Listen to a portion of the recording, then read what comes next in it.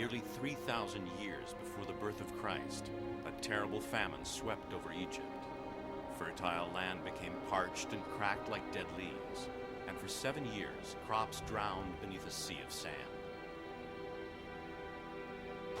Then the heavens opened, and the fields were flooded with the waters of the Nile.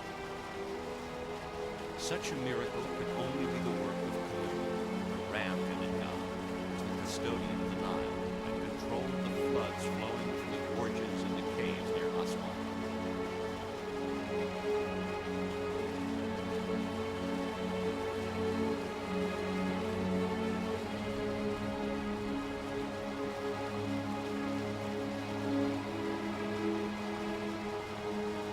It is claimed that Pharaoh Zoser donated the territory south of Elefantina to Canaan to thank him for the miraculous floods.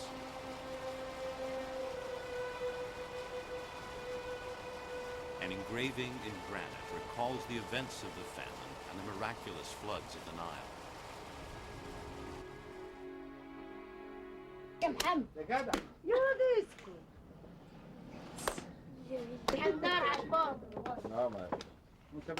In Egyptian mythology, Canaan also created the first man and woman from the rich clay of the Nile riverbed.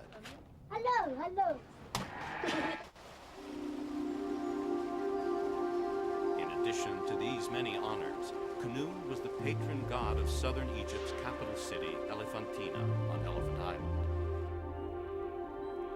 The tombs of the princes of Elephantina still remain on the mainland. The ancient city was built on the island. Here, the base of Canaan's temple is still visible.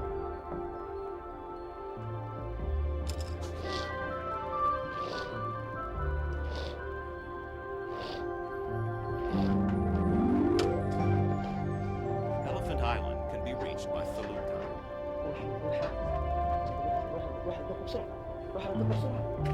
Feluccas, typical Arab boats with one large sail, still navigate along the same waters used by the ancient Egyptian merchants destined to Elephantina.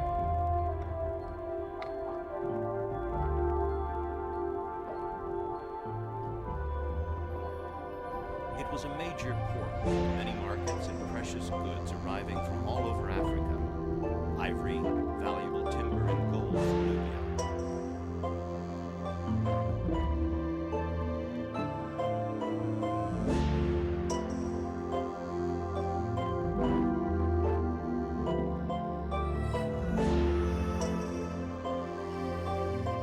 It was also famous for its pink and gray granite, the stone used to decorate temples, pyramids, and palaces. The stones were cut from the local quarries and carried down the Nile. In this quarry lay the remains of a colossal obelisk. It was 42 meters high and weighed more than 1,000 tons. On the east coast of the island is a ramp leading to the waters of the river. It still shows the signs used to measure the floods of the Nile.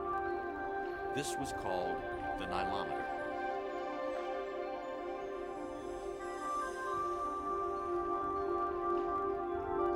The Nilometer was used to calculate the exact volume of the floods. Depending on the magnitude of each flood, the farmers would prepare their fields and irrigation canals to receive the fertile waters of the Nile.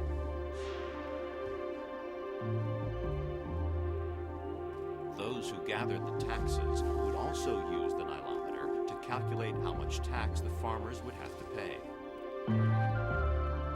Egypt and its history are bound to the Nile, the sacred river. For centuries, man has tried to dominate and control its power.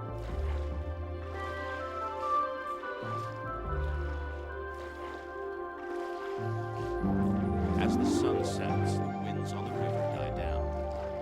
The felucca sails are lowered and the oars are used to drift along the granite coastline and among the papyri. In this, the land of the Ibis.